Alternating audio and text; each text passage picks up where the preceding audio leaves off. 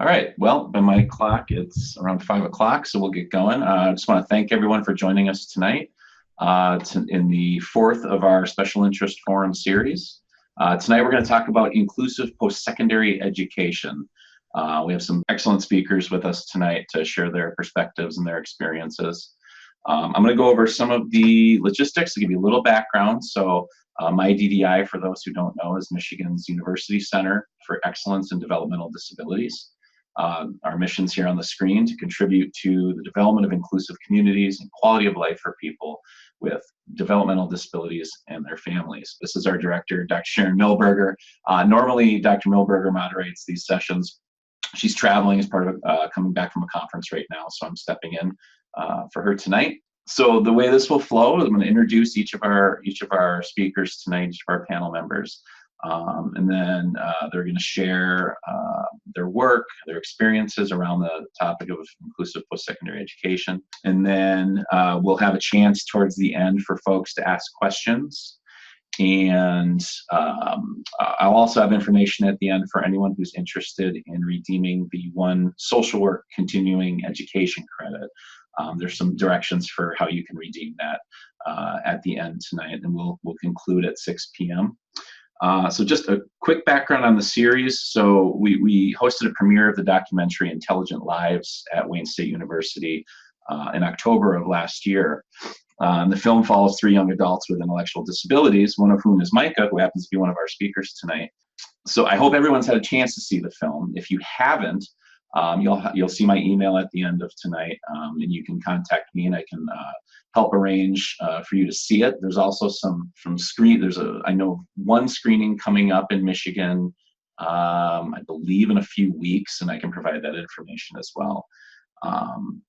So we wanted to do a deeper dive following the screening we did at Wayne State, because there's so many topics that are brought up in this film, very important topics, very deep topics. So we wanted to use this series to kind of touch on some of those topics, to bring folks in who are experts in those fields that have vast experience in those areas, to share and to and hopefully answer some questions for folks. So the format for tonight, like I mentioned, I have some questions for our panelists, some time for them to dialogue and provide information.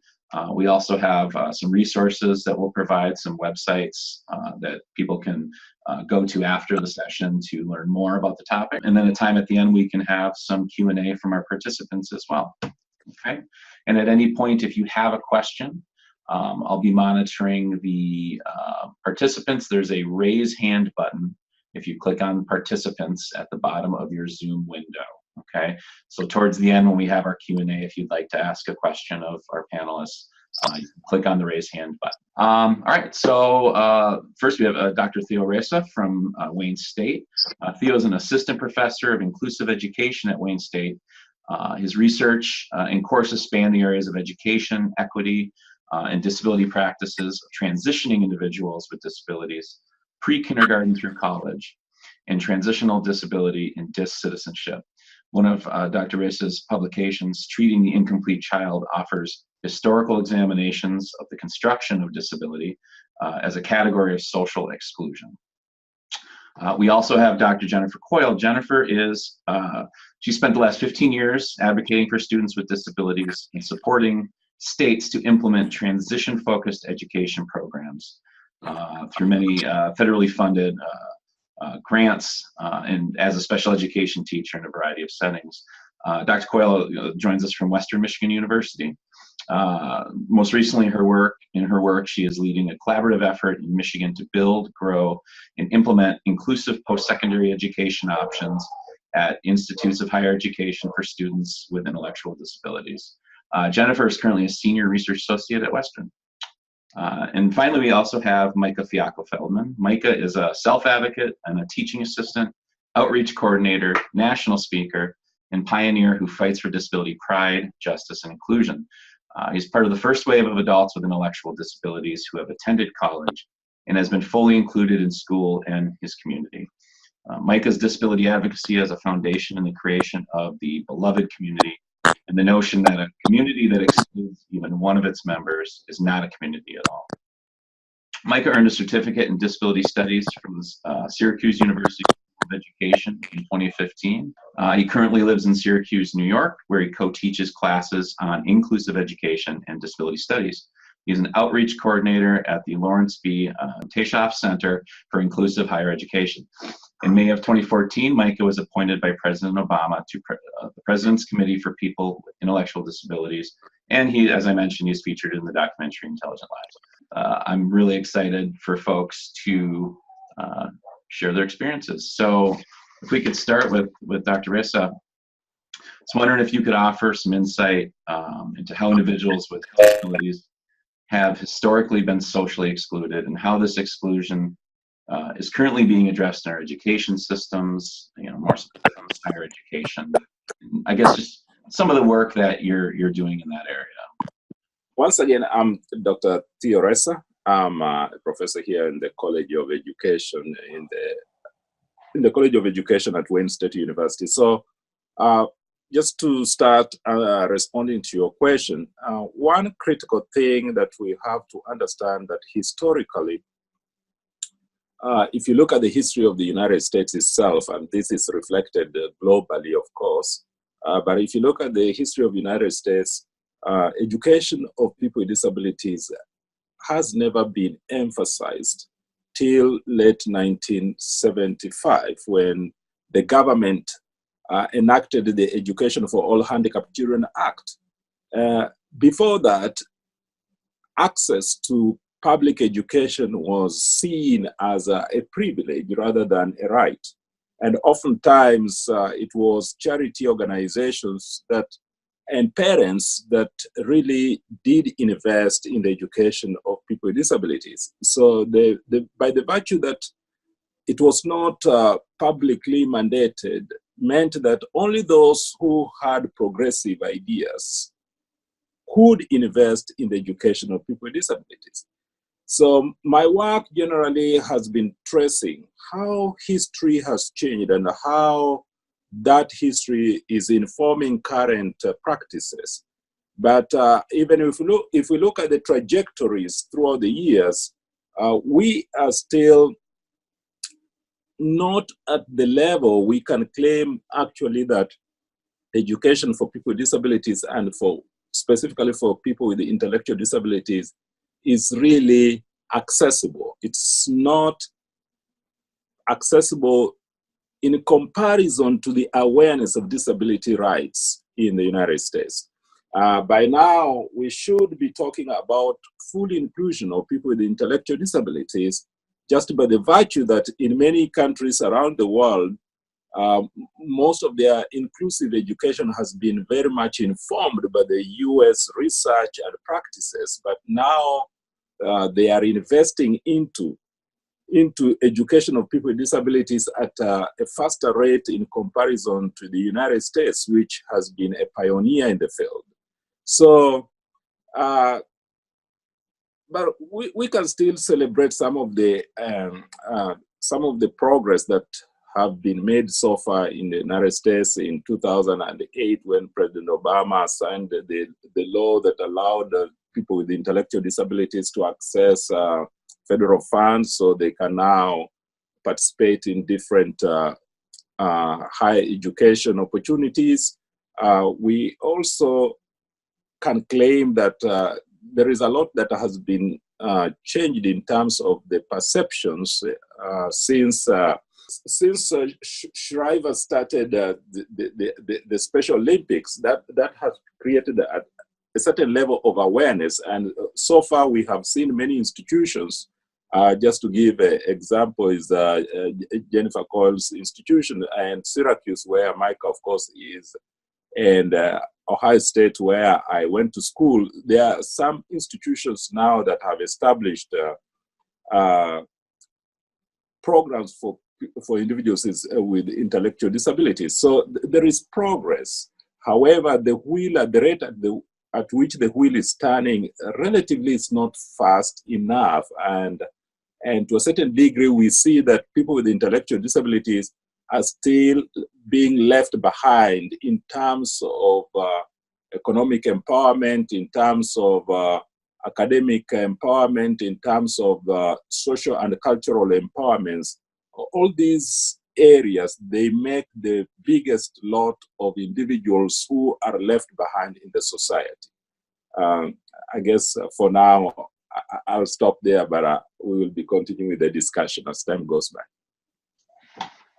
Thank you, Theo. Yeah, that's really interesting. So how do you see it changing now? I'm curious.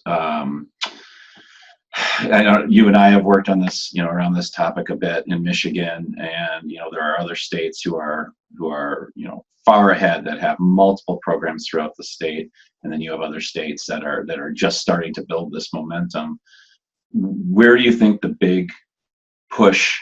Well, I guess where do you think the big push needs to come from in states like Michigan, where we are considerably behind other areas in this in establishing these programs? That's an interesting question. So, for instance, sometimes it makes sense to start at home. So, for instance, if we have to make any progress in higher education for individuals with intellectual disabilities, we have to start with our own institutions. And so far, I've been here at Wayne State University, but this is my second year. As much as we have programs for training teachers or training social workers or training doctors in these fields of intellectual disability, people who address different spheres of intellectual disability. As much as we have these programs, so far what I see is that most of the participants are non-disabled people with intellectual disabilities. So that alone is a progress, but is not worth celebrating much, because unless the institutions themselves create infrastructure that supports people with intellectual disability, that's the best way to challenge attitude. That's the best way to challenge culture. That's the best way to transform leadership from top to bottom. Sometimes changing institutions, especially universities, are critical institutions by the virtue that they are policymakers and they are policy shapers, just by the virtue that we carry a lot of research. And then those research do inform many practices, both at local and national levels, and in fact at international levels. So what I see for my institution, for instance, our plans so far, we've been working on this with our faculty, that training teachers in disability areas, especially becoming special ed teachers, should extend having people with disabilities on board. Let me just confess that I have a physical disability, but we would love to see people with intellectual disability participate, because that's now another realm where stigmatization is still embedded in the higher institutions of learning. So having an individual with a specific disability itself creates that opportunity to destigmatize or to disabuse others, or even to engage in debates and dialogues necessary to change infrastructures, most likely in a positive way. Yeah, no, I couldn't agree more. And that's a really good segue to you, Jen, and the work that you're doing at Western, which I find to be very prototypical of what needs to happen to propagate more programs, or to propagate fully inclusive programs in Michigan. So thank you, Theo. No, this brings up a really good point. So Jen, if you could, if you want to just share a bit about the work that you and your team are doing at Western, and kind of touching upon what Theo said as well, how it's going as far as, talking to administrators, talking to different folks in different departments at an institution like Western Michigan University, in your efforts to establish a program. Yeah, definitely. Thank you. So at Western, well, let me tell you a little bit about how we kind of started. So a couple of years ago, we received some money from Think College, a grant through Think College to start post-secondary discussion from individuals around Michigan that either had something or they were working on something or they were really had, were kind of inspired to start a program in their setting.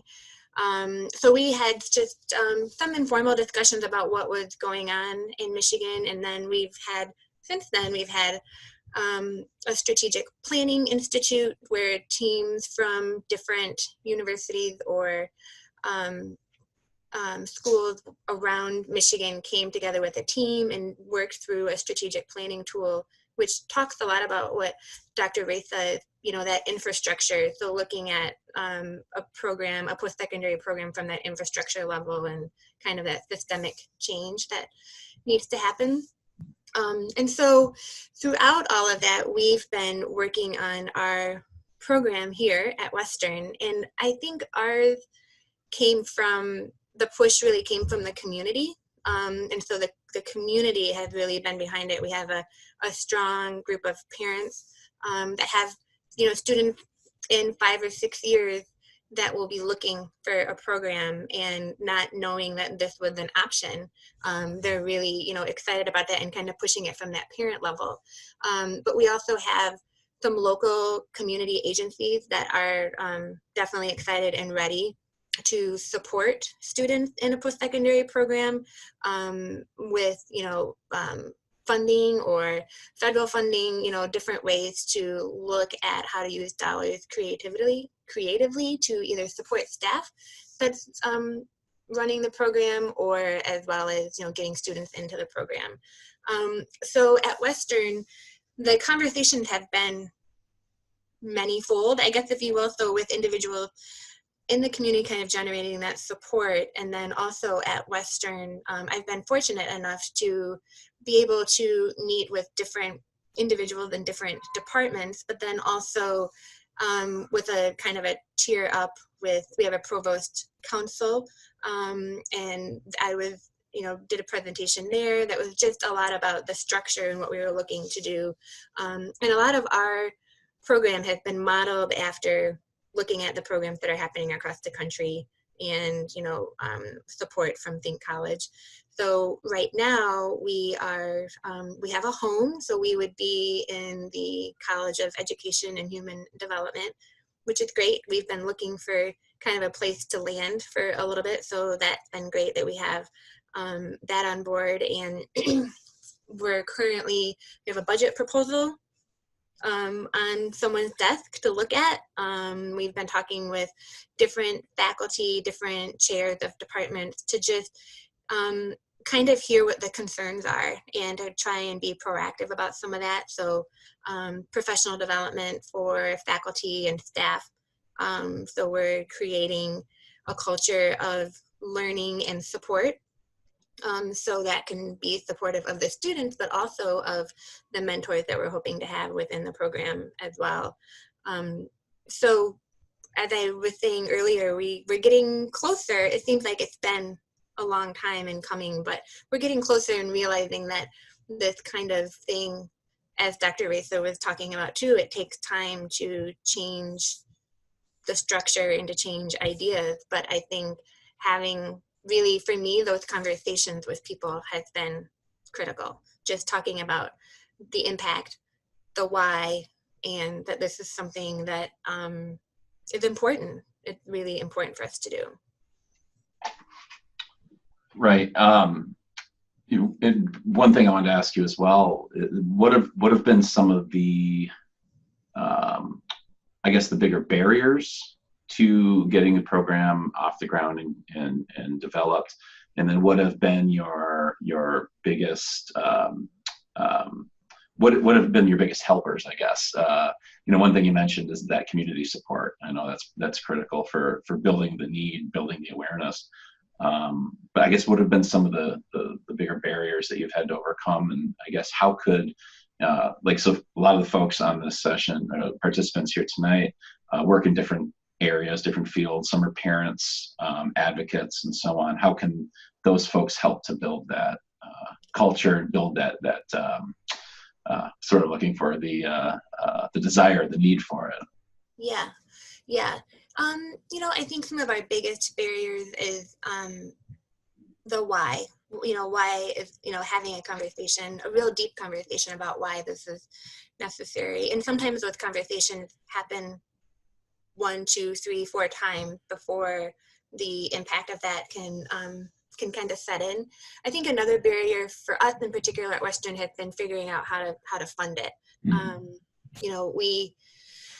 We kind of know there's 300 programs across the country, and 360 of those or 260 of those are grassroots efforts. There's a small portion of those that have been federally funded.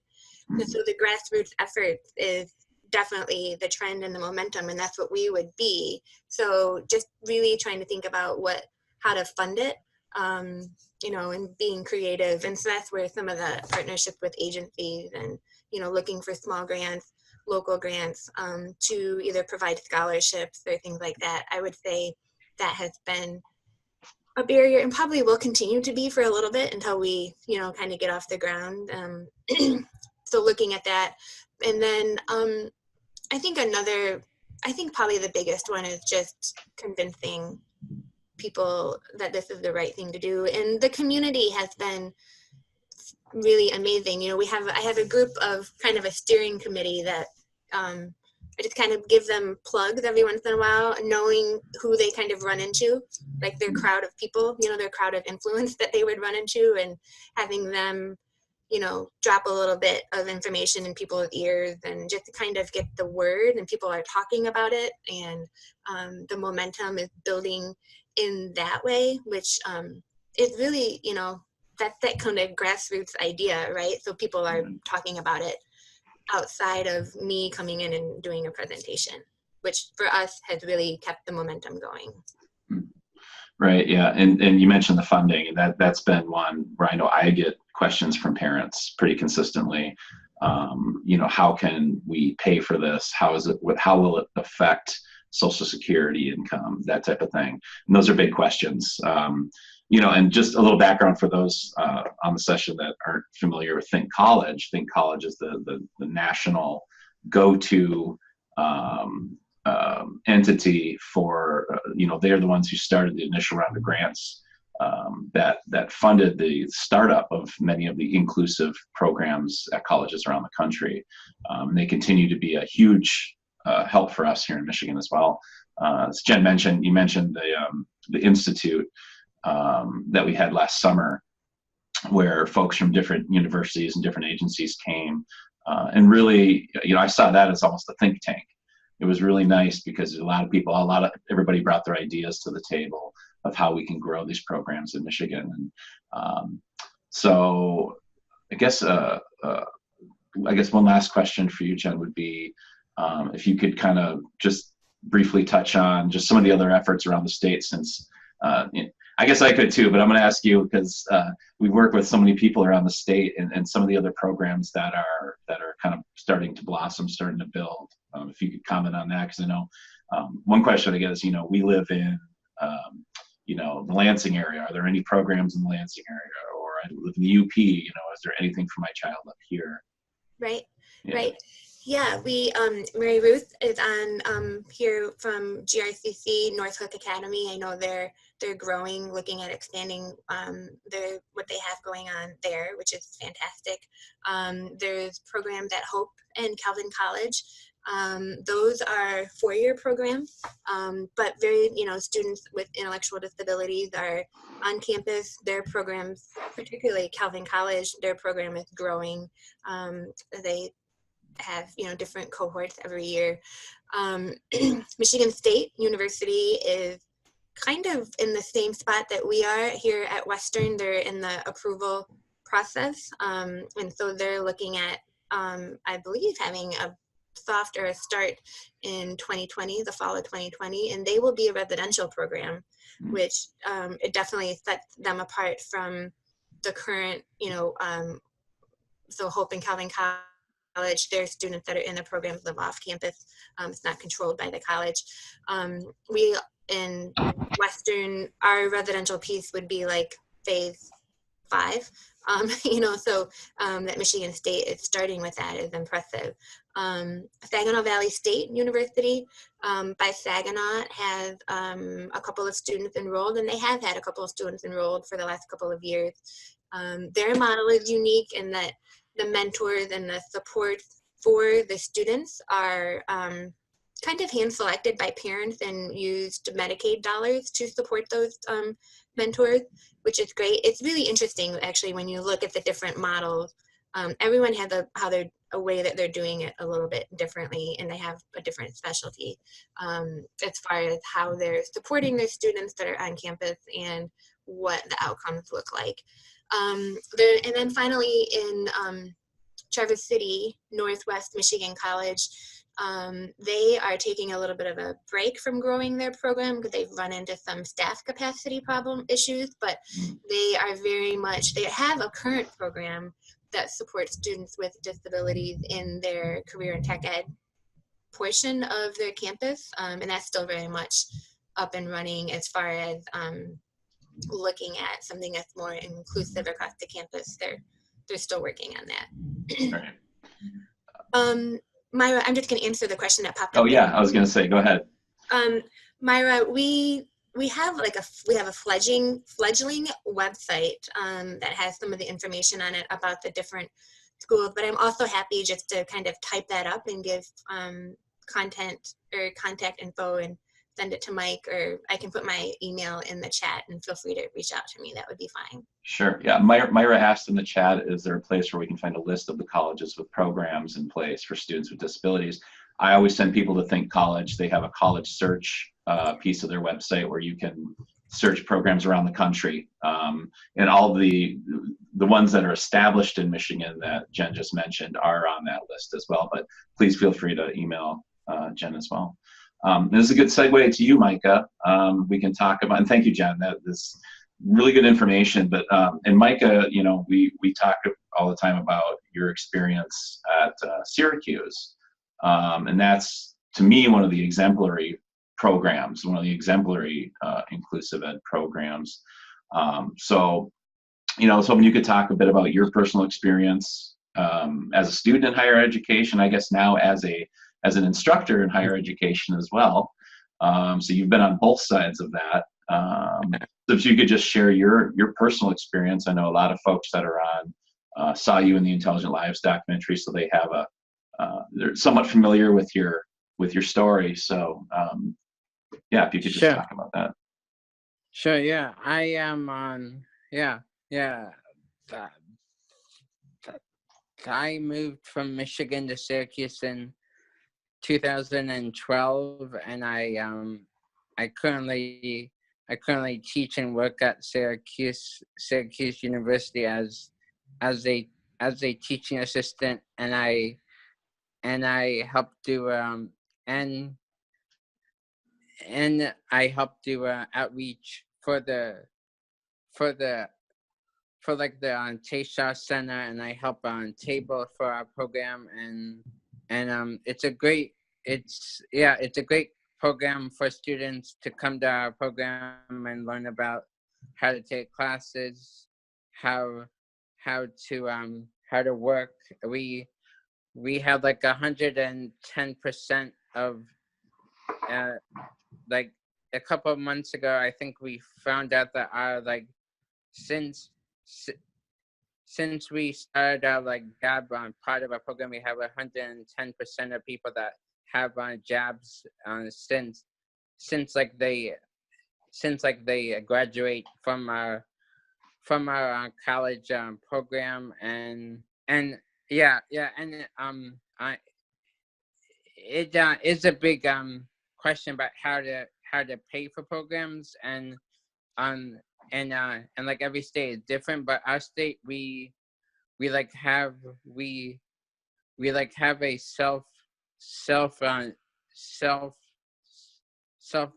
direction plan. I'm not sure if Michigan has that, or does.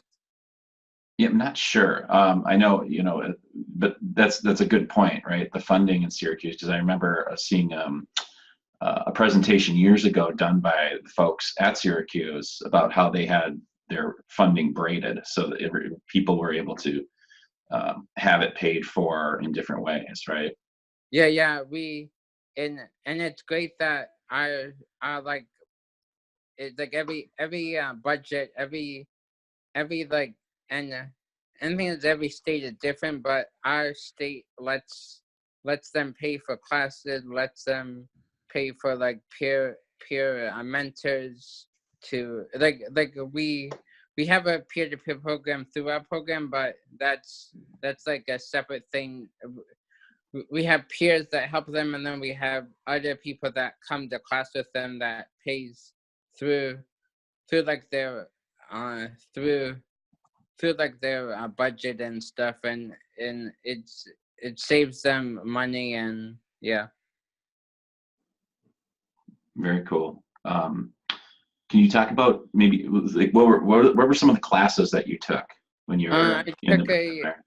I took a public health class. I took a disability studies class. I took public health. I took a disability studies, and I took lots of classes in like School of Ed and in public health.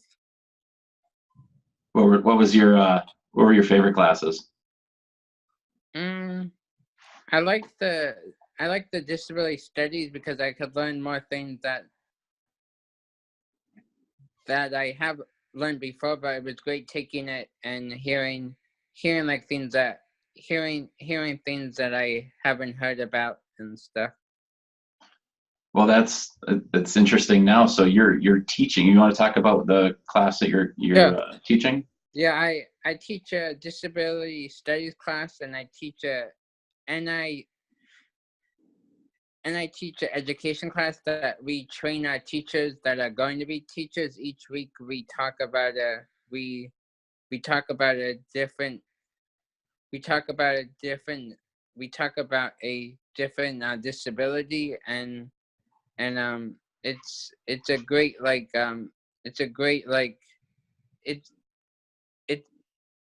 it's like a two-way thing that these like students who are in the class have a great chance to meet someone with a disability and have that chance to say, oh, this person has a disability, and he's helping teach the class. And it's just a great way of having me teach them, and it's cool. Cool. What have been some of the highlights of your college experience? And that could be at Syracuse or when you were back in Michigan at Oakland. What were some of your favorite memories? It's do you mean of what I have I haven't well, one of my favorite memories and favorite things now are that people like say they graduate from college. I graduated, and then I was able to have a job still. I haven't some people graduate and leave college. I'm very happy that I haven't left college yet, but well, I guess I could say the same thing. Still work where I graduated from as well. But I think one of the highlights of being on a college campus is just seeing how students meet other students, how I talk to faculty, and how they have learned so much, and if in case you ever want to come and visit our program, I'd be happy to have you all come, and I work with some great amazing people, and there's a great conference next October. I'm not sure if it's posted on the website. It's probably on the Think College, but it's a post-secondary conference it's in Reno. Oh. Oh, very cool. Very cool. And actually, I wanted to ask you again. So you mentioned when you were talking about people managing their budgets. Yeah.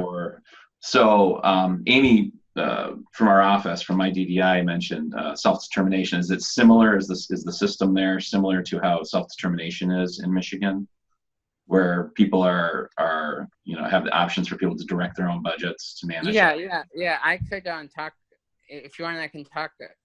If you want, I can talk about it if you want. Sure. Yeah. Yeah. I hire my staff, and it's a great way. I have learned so much from hiring my staff. I hire them. They help me with food shopping. I was trying to learn how to cook food, and we found a great person that I am still working with, and people could learn a lot. Most people cook food probably every other day, but I have learned how to cook food every Sunday night. I cook food for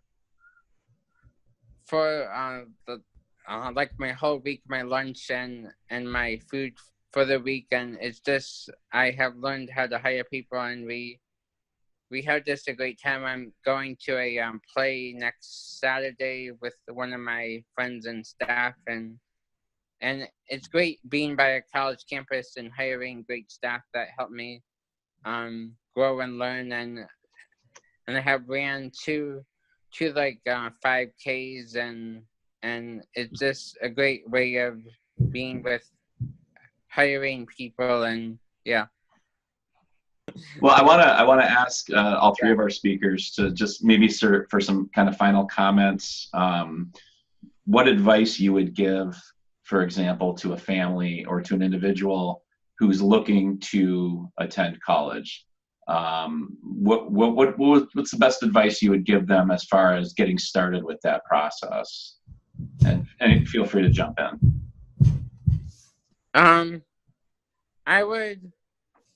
I would say that to go and visit the Think College Net website, and I would say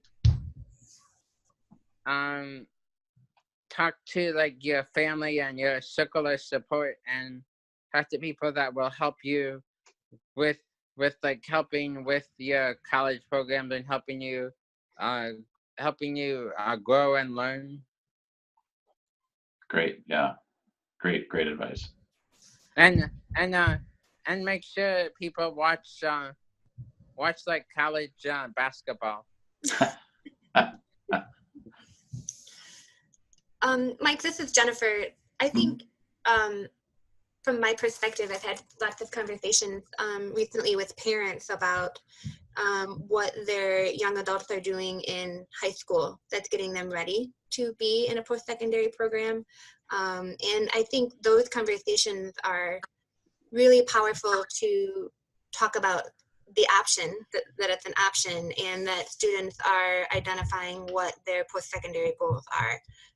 So for example, our program at Western, the outcome of it is employment and competitive integrated employment. So if that is something that a young adult is interested in, and also having that college experience, I think those conversations should be happening in high school. So as a parent, I would recommend that we're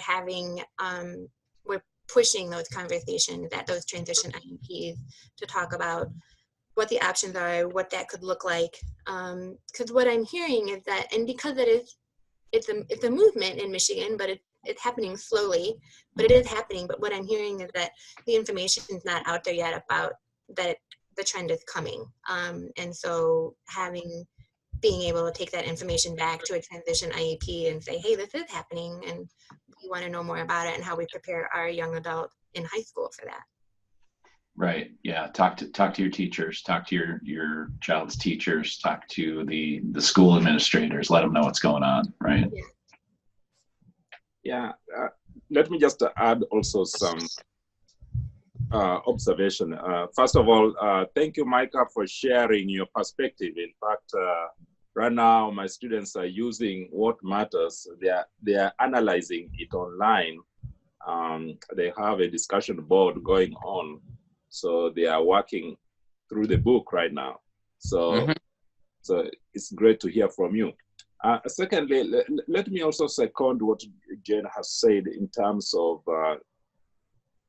what kind of advice one should have for parents who are dreaming or planning to have their children attend college. Most of these things start, it's better if they start early. And oftentimes the assumption that teachers know it all is sometimes can be so limiting. And because through my interaction with my with the teachers here at Wayne State, so far what I've realized is that not everyone is on board when it comes to education of people with disabilities, especially in Michigan. So far, we know very well that when it comes to special ed, in Michigan, we are in a quandrum. So generally, the state itself, according to the Department of Education, we are still at the ebb of what we would call quality special ed. And that can be said of teachers themselves for many reasons. I don't want to say that teachers are to blame per se, but the whole idea is that there is need for community engagement, because teachers themselves are not, some of them are not aware that there is that possibility of someone with disability or with intellectual disability pursuing higher education. And then parents oftentimes have high dreams that their children, if possible, should pursue quality education, should attend college if they can, and transition to careers. So creating that enabling environment where teachers are disabused, for those who may not be aware of these possibilities of higher education for people with disabilities or intellectual disabilities, creating that advocacy to share, yes, that universities have changed so far from the century ago kind of universities. Right now, anybody who has certain competences that they think they need to explore at high institution of learning can do so. And especially with emerging technologies, so far we have seen that many people with disabilities are becoming creators and innovators of ideas.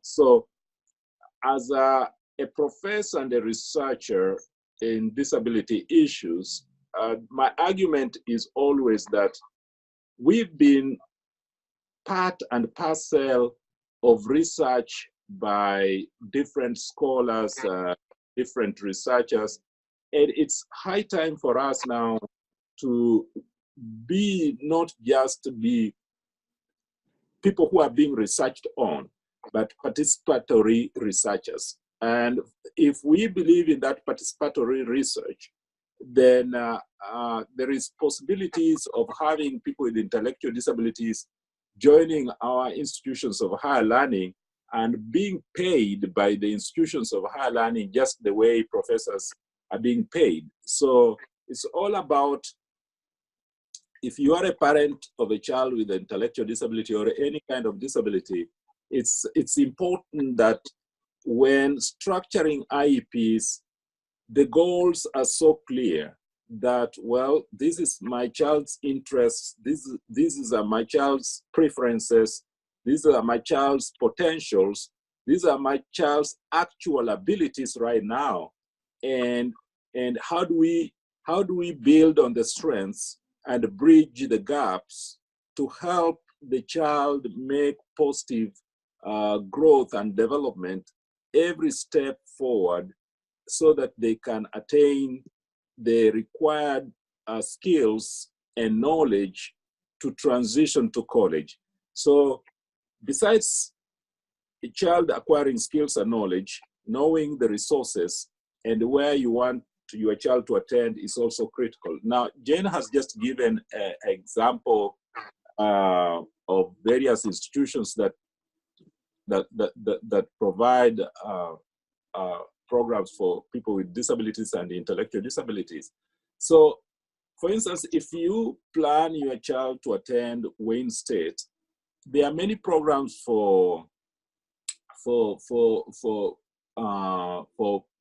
middle school children, for instance, so where middle school children oftentimes comes to visit Wayne State. For instance, last week we had the STEM Day, and we had students from public schools and charter schools visiting Wayne State, visiting the laboratories and different places on campus. Those kinds of campus visits are so critical at a young age because they expose the students to the possibilities of higher institutions. They can tell the kind of infrastructure that can support them, what kind of things that they would need to transition and fit into the university community. So starting early is critical, and knowing the resources, what is available is critical, and that can happen when parents and children themselves visit institutions of higher learning, engage in dialogue with professors and any other staff in the university level. Yeah, thank you, Theo. That's an excellent point, and that's something I've always drawn parallels with. The Michigan College Access Network, which is a big organization that works towards the goal of increasing that college-going culture. Right. So building that culture early in youth, especially youth with disabilities, is vital. Letting them know that, hey, this is an option for you. And not only is it an option, it's an achievable option. Yes. Setting that bar high, but encourage, hey, this is an achievable goal. Right. Now that's such a key point. That's such a key point. Well, we have about 10 minutes left. I want to open it up to questions from folks. If you could find that raise your hand button, which is at the bottom. If you click on participants at the bottom of your Zoom window, you should be able to see a raise hand button show up in the bar. Or you can, of course, you can ask them in the chat as well. Micah, your mother, Janice, says, check out the film Through the Same Door, Inclusion Includes College. She posted the link in the chat, so anybody wants to check that out. I always just assume everybody's seen that because I've seen it so many times. But yes, please check that out. Chronicles Micah's experience early on. Very important film as well. And of course, we mentioned in Intelligent Lives. So if anyone has a question that you want to ask any of our panelists, you can raise your hand or unmute and ask it, or you can certainly type it in the chat as well. We can take those. We'll give folks a second to formulate their questions. If my mom wants to say anything about anything that I forgot, I'm okay if she wants to talk. Okay. And Janice, is there anything you want to add? I think Rich is Micah's dad wants to say something. So Hi. Hi. It's a wonderful conversation, and I just wanted to share. I think that part of the journey is includes understanding the resources, and the part of the goal being to get employment, community engagement, and community employment. But I think it's really, really important to talk and support the passions of our young students, our young people, because once we put them in a box of jobs, we're also putting them in a box of what folks think success means. Mm. Success is much more than how much income someone gets. It's about their whole self-expression as a human being. And parents of children and young people with disabilities are excited to be part of that engaged process. And I think we deny it because we fall into old fixes and old forms. Mm. So I like, folks want to address the passions that are much more than just the practical, I'm going to get a job at the end of all this. Because the statistics and facts will show that. But it's the passion of the young person and the family to say, I want to give the opportunity to my son or daughter to reach their potential as a human being. Thank you, Rich. Yeah, excellent. Yes.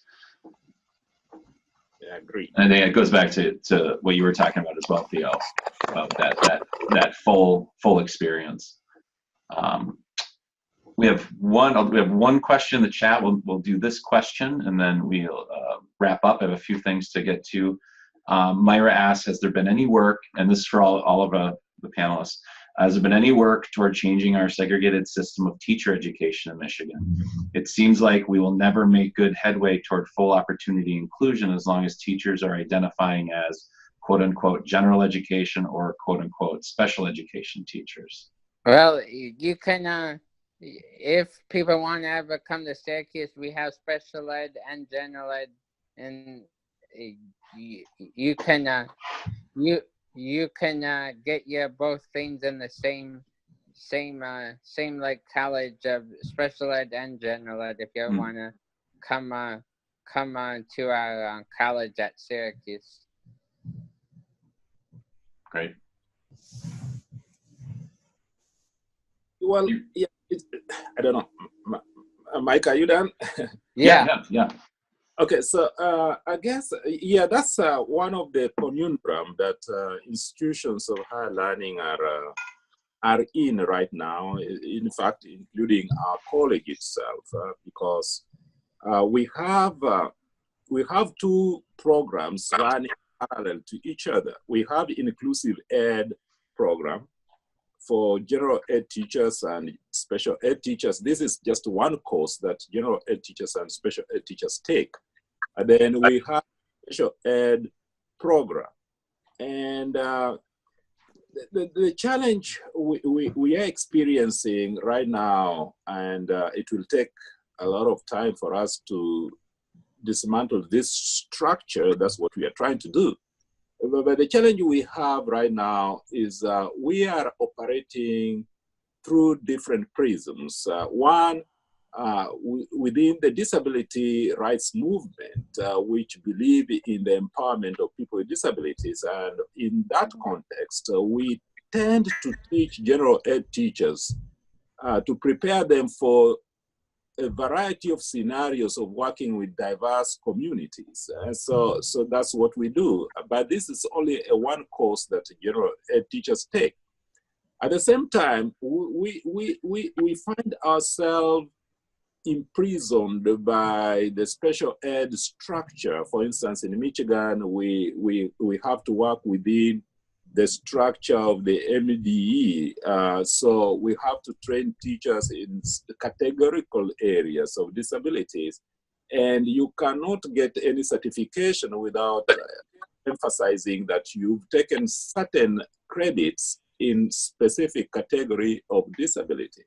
So just by the virtue that we have one certifying body makes it a little bit challenging. However, so far, what we have done in the College of Education is that by the virtue that we have these inclusive ed classes, special ed teacher candidates taking the same class with general ed teachers, it has been an informative platform for them to see that, well, if we really need to prepare individuals for productive adulthood, then it makes no sense for us to segregate individuals at a lower level, and all of a sudden, as Dan Habib says in the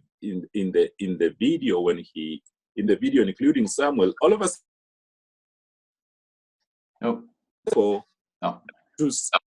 Sorry for that. That's so okay. you can't expect people to succeed later on in life after high school. You have to start inclusion at an early age. So if you segregate people and then expect them to be successful adulthood in the community, that can never be achieved. Probably that's what I may say right now.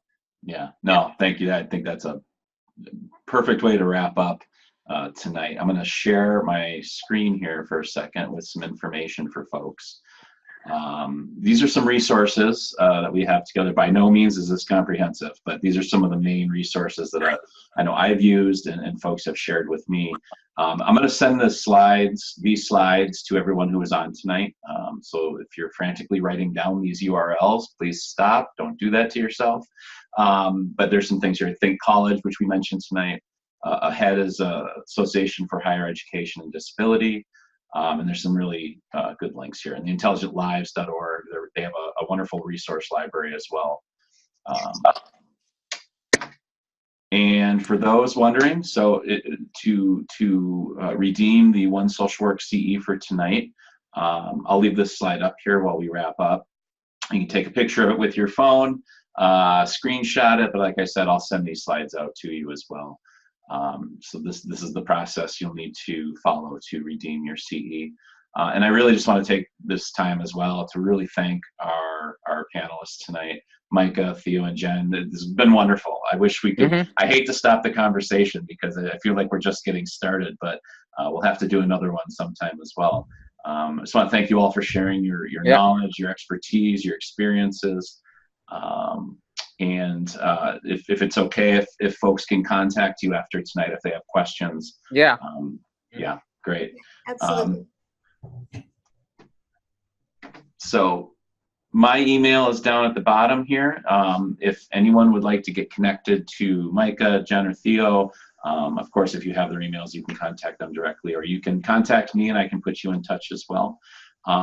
We will be doing one last Zoom session webinar for this series, for the 2018-19 series. We do not have a date yet, but it will be in a couple months. And you'll all be contacted. I'll be sure to get the information out when we do have a day for the topic supported decision making, which is another very important topic. So with that, I will say good evening to everyone. It's 6 o'clock on the dot. I think we did really well.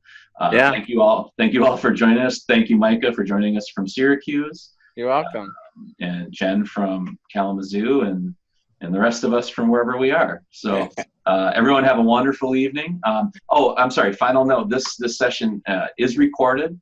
And once it is posted, I'll be sending a notice out to everyone so that if you would like to rewatch it, you can.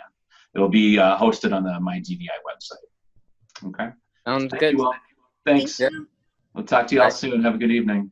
Thanks, Thank Mike. you very much. Thank you. Bye-bye. Bye-bye.